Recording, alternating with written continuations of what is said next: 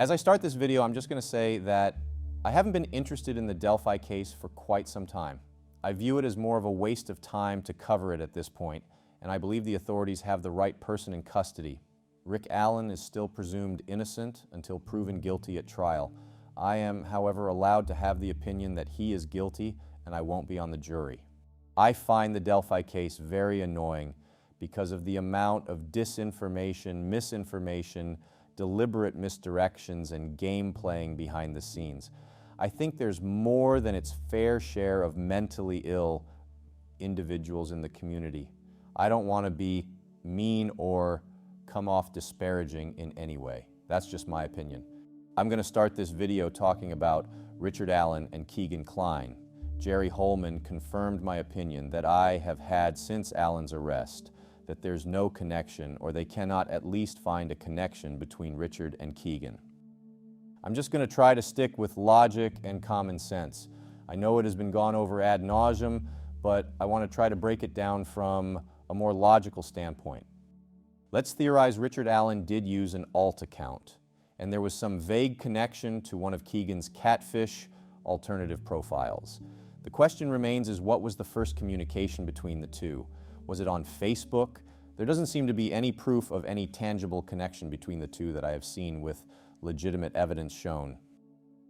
Keegan likes to lie, and he lied about the red Jeep regarding him and his father going to the bridge whilst he waited in the Jeep. All lies. The Marathon gas station search never happened, and Vito never brought that up in his 2020 interrogation interview.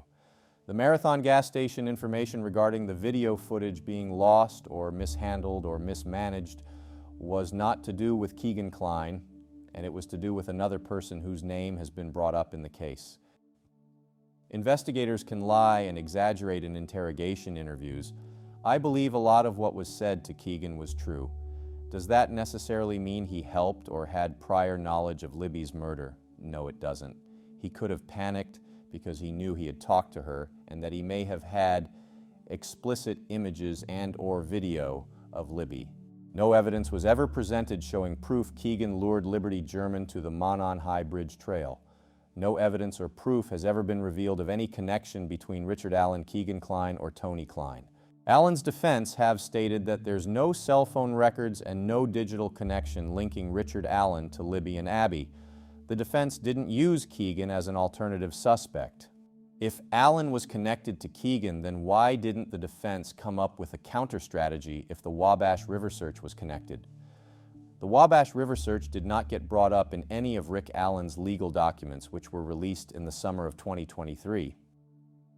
Becky Patty has said the girls wanted to go shopping with her at first, an hour or so before they went to the Monon High Bridge Trail at 1 p.m. The trip to the Monon High Bridge Trail seemed to be more random, according to Becky Patty. I have also heard differing reports that the girls told others they were going to the bridge through social media. Did they plan it earlier on in the day? I don't know, and there doesn't seem to be any tangible proof Keegan helped Richard Allen to lure the girls to the bridge, because he would have been charged at least with conspiracy to murder.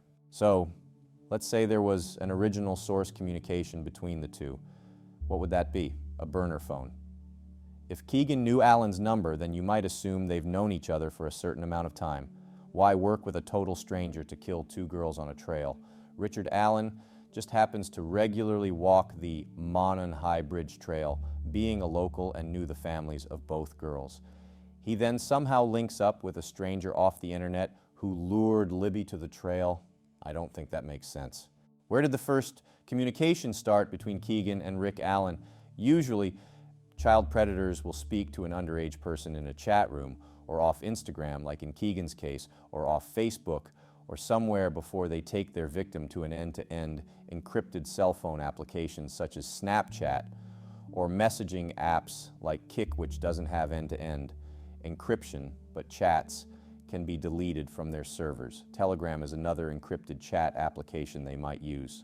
Keegan Kline did not use much sophistication in the sense that he did not try to hide his IP address using a VPN and didn't use something like the Tor browser to add an extra layer of anonymity as he was catfishing his victims and while he was acquiring child sex abuse material. If Alan communicated with Keegan via a burner phone or something, then how did they originally know each other to know each other's numbers? And if Liberty German and Abigail Williams only planned to go to the Monon High Bridge an hour before 1 p.m., then that leaves Alan and Keegan with a very small window of opportunity to plan it out, which doesn't seem very likely or possible. The police took many cell phones from Alan's property, and his defense claimed there's nothing from the cell phones which show any communication between him and the girls. I assume there's nothing connecting Alan to Keegan from his phones either. If Keegan did connect to Rick Allen, it would look good for the prosecution, and I feel they would definitely use that against Rick Allen and would embolden the case against him. If the Wabash River search connected to Rick Allen, which the murder sheet claimed it definitely connected to Keegan, then the prosecution and the police would have totally redeemed themselves instead of looking quite incompetent overall.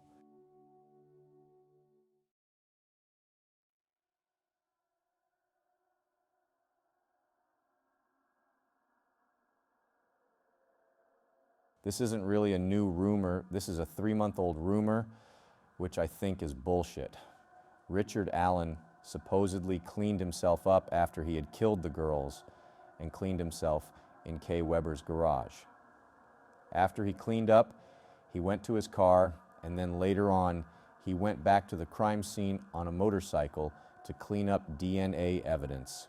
I think this rumor was just made up after someone read Rick Allen's search warrant and the index file, which I believe was edited in parts. Kay Weber was asked about the garage rumor and said it was not true.